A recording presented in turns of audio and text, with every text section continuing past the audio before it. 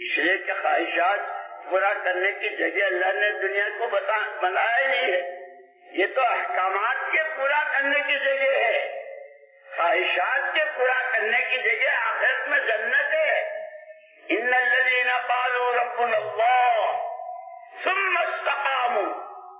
تتنزل علیہم الملائکۃ الا تخافوا ولا تحزنوا وابشروا بالجنة التي كنتم توعدون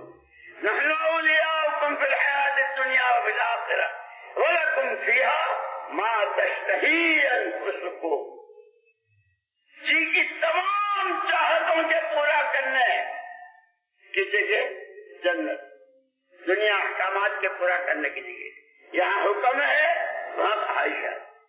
اسی لیے مولانا یوسف صاحب رحمۃ اللہ علیہ ایک بات عجیب فرمایا کرتے تھے، ہم حالات کے بندے نہیں ہیں، حالات تو بدلتے بدلتے رہتے ہیں،